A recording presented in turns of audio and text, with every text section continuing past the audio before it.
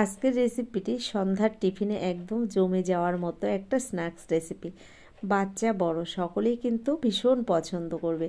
একটা আলু দিয়ে আপনারা কিন্তু এভাবে এই স্ন্যাক্স রেসিপিটি বানিয়ে নিতে পারেন। কি করে তৈরি করলাম চলুন একবার দেখে নিন, তাহলে বুঝতে পারবেন।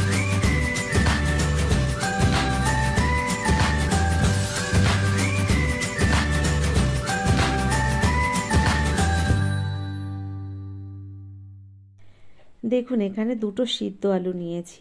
আপনারা যে পরিমাণে তৈরি করবেন সেই পরিমাণেই কিন্তু এখানে আলুটা ব্যবহার করবেন। সিদ্ধ আলুটাকে আমি একটা গ্রেটার দিয়ে এভাবে গ্রেট করে নিচ্ছি। তো প্রথমেই আলুটাকে গ্রেট করে নিচ্ছি। আলুটা আগে থেকেই আমি সিদ্ধ করে নিয়েছি, আর খোসা ছাড়িয়ে আলুটাকে এভাবে গ্রেট করে নিচ্ছি। এই রেসিপিটি বানিয়ে নেওয়া ভীষণ সহজ, যে কোনো সময় ঝটাপট আপনারা কিন্তু বানিয়ে নিতে পারেন সামান্য মাত্র কয়েকটা উপকরণ দিয়ে। দেখুন এখানে আলুগুলোকে আমি এক এক করে গ্রেট করে নিচ্ছি। আর এখানে আমি দুটো আলু দিয়ে তৈরি করেছি, আপনারা আলুর পরিমাণটা বাড়িয়ে কমিয়ে দিতে পারেন। দেখুন আলুগুলোকে গ্রেট করে নিয়েছি। এবার এর মধ্যে এক এক করে বাকি উপকরণগুলো মিশিয়ে নেব। তো বন্ধুরা এখানে আলুগুলো গ্রেট করে নেওয়ার পরে আমি প্রথমেই দিয়ে দিলাম এখানে 1 কাপ ময়দা। আমার ক্যামেরাটা অফ হয়ে গেছিলো, দুঃখিত, আমি দেখাতে পারলাম না। তো এর মধ্যেই দিয়ে দিলাম 1/2 কাপ পরিমাণে বেসন। 1 কাপ ময়দার জন্য 1/2 কাপ বেসন। সঙ্গে দিয়ে দিলাম স্বাদ মতো লবণ, আর দিয়ে দিলাম কিছুটা চিলি ফ্লেক্স। এখানে ওই 2 চামচ পরিমাণে চিলি ফ্লেক্স নিয়েছি। আপনারা যেমন ঝাল খেতে পছন্দ করেন সেই অনুযায়ী ব্যবহার করতে পারেন। দিয়ে দিলাম কিছুটা কোচানো ধনেপাতা, আর সঙ্গে দিয়ে দিলাম 1/2 চামচ পরিমাণে গরম মশলা। এবার দিয়ে দিচ্ছি 4 চামচ পরিমাণে সাদা তেল। তো এখানে তেলের পরিমাণটাও আমি আমার অনুযায়ী ব্যবহার করেছি। আপনারা যে অনুযায়ী আলু বা ময়দা ব্যবহার করবেন সেই অনুযায়ী কিন্তু তেলের পরিমাণটা নিতে পারেন। 1 কাপ ময়দার জন্য আমি এখানে 4 চামচ পরিমাণে নিয়েছি সাদা তেল। এবার সব কিছু ভালো করে মেখে দিচ্ছি। এখানে কিন্তু কোনো রকম জল ব্যবহার করা যাবে না। তো এখানে দেখুন শুধুমাত্র আলু দিয়ে আমি কিন্তু এই ময়দা বেসনটাকে সুন্দর করে মেখে নিচ্ছি। মাখাটা সুন্দর করে মেখে নিতে হবে, কারণ এখানে জল ব্যবহার করলে কিন্তু নরম হয়ে যাবে। তো এভাবে আমি কিছুক্ষণ সময় ধরে মেখে নিয়েছি, আর আস্তে আস্তে কিন্তু অনেকটা নরম হয়ে গেছে। এবার হাতের মধ্যে একটু তেল মেখে আমি বেশ ভালো করে আরও একবার মেখে নিলাম। এবার এখান থেকে মেখে নেওয়া ডোটা থেকে আমি দুটো লেচি বানিয়ে নিচ্ছি আলাদা আলাদা করে। এবার দেখুন এখানে নিয়েছি একটা বেলুন চাকি। এর ওপরে আমি একটু ময়দা ছড়িয়ে নিলাম, তার উপরে একটা লেচি এখানে দিয়ে দিলাম। ভালো করে হাত দিয়ে আরও একবার মেখে নিচ্ছি। এরপর সুন্দর একটা রুটি বানিয়ে নেব।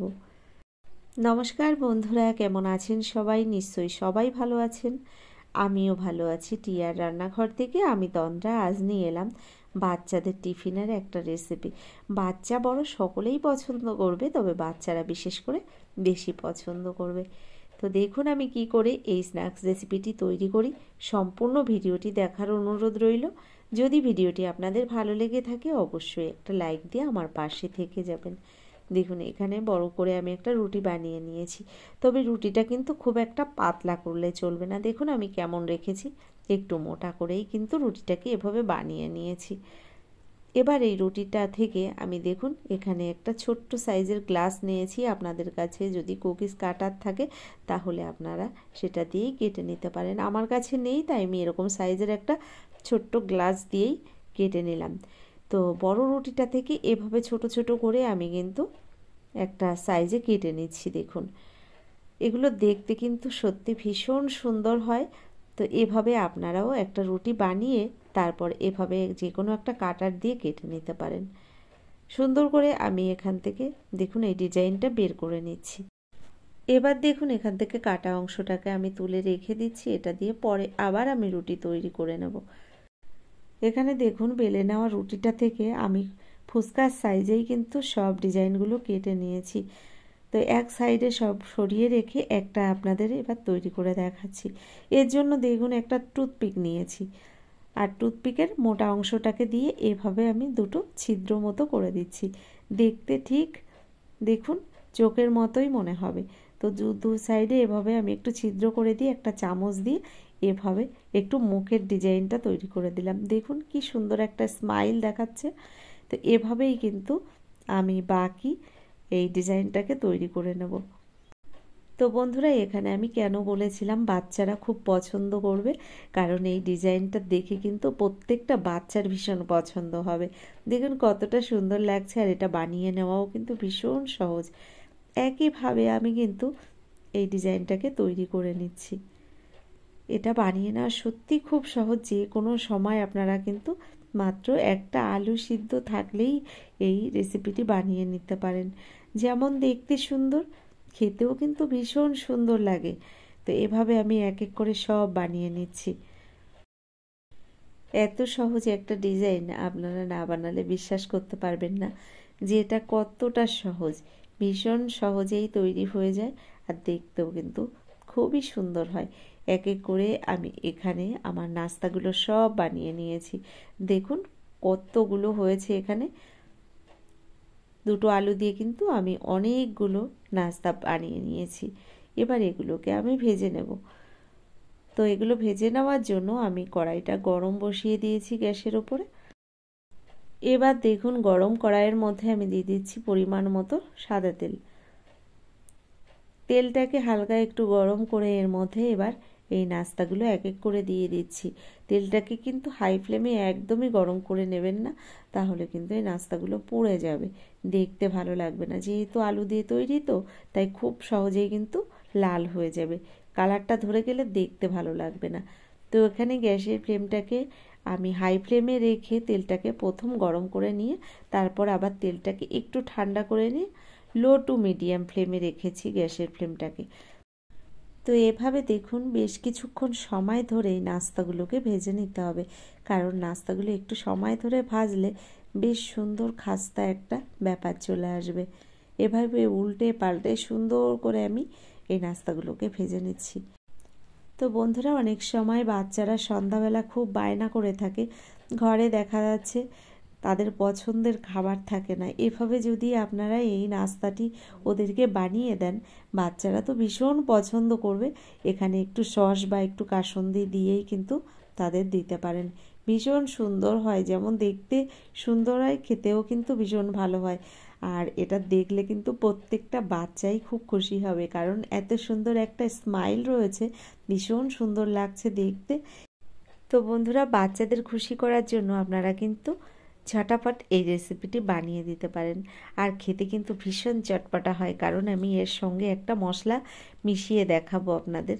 তো দেখুন এখানে কিন্তু আমি প্রথম ব্যাচে যে নাস্তাগুলো দিয়েছিলাম এগুলো ভাজা হয়ে গেছে, এগুলোকে এবার নামিয়ে নিচ্ছি। তো বন্ধুরা দেখুন এখানে প্রথম ব্যাচের নাস্তাগুলো ভেজে নেওয়ার পরে আমি বাকি নাস্তাগুলো ওই তেলের মধ্যে এক এক করে সুন্দর করে ভেজে নেব। তো দেখুন নামিয়ে নিলাম। এবার বাকি কিছু নাস্তা আবার তেলের মধ্যে আমি এভাবে ছেড়ে দিলাম। খুব সহজ, এটা বানিয়ে নেওয়াও যেমন সহজ, ভেজে নেওয়াও তেমন সহজ। খুব একটা সময়ের দরকার হয় না, তবে গ্যাসের ফ্লেমটাকে লো টু মিডিয়াম ফ্লেমে রেখেই ভাজবেন, তাহলে কিন্তু এটা কালার ধরবে না। তো বন্ধুরা আজকের এই নাস্তার রেসিপিটি আপনাদের কেমন লাগলো অবশ্যই সেটা আমাকে লিখে জানাবেন। যদি এই রেসিপিটি আপনাদের ভালো লেগে থাকে, এখনও একটা লাইক দিতে ভুলে গেছেন, অনুরোধ করব একটা লাইক দিয়ে যারা এখনও আমার চ্যানেলটিকে সাবস্ক্রাইব করেননি অবশ্যই আমার চ্যানেলটিকে সাবস্ক্রাইব করে আমার ভিডিওর পাশে থাকা বেল আইকনটি ক্লিক করে নোটিফিকেশানটা অল করে দেবেন। তাহলে কি হবে, আমার ভিডিও আপলোড করার সঙ্গে সঙ্গে তার নোটিফিকেশানটা আপনার কাছে পৌঁছে যাবে, আর আপনি সময় মতো ভিডিওটি দেখে নিতে পারবেন। এছাড়া আপনাদের বন্ধুবান্ধব আত্মীয় স্বজনের মধ্যেও কিন্তু এই ভিডিওটি ভালো লাগলে শেয়ার করে দিতে পারেন। দেখুন এখানে আমি নিয়েছি একটা ম্যাগি মশলা, আর ম্যাগি মশলাটা থেকে আমি প্রায় 1 চামচ পরিমাণে ম্যাগি মশলা ওপর দিয়ে ছড়িয়ে দিলাম। এটা দেওয়ার কারণে এই নাস্তাগুলো এতটা চটপটা হয়েছিল খেতে, বাচ্চাদের কিন্তু সত্যি ভীষণ পছন্দ হবে। আর সঙ্গে রেখেছি আমি এখানে সস। আপনারা সস কাসুন্দি দুটো দিয়েই ব্যবহার করতে পারেন, ভীষণ ভালো হয় খেতে। অবশ্যই একবার বাড়িতে ট্রাই করে দেখবেন। তো বন্ধুরা আজকের মতো এই পর্যন্তই। পরবর্তী ভিডিও নিয়ে আবার চলে আসব। ততক্ষণের জন্য আপনারা সকলে ভালো থাকবেন, সুস্থ থাকবেন, টিআর রান্নাঘরের সঙ্গে থাকবেন।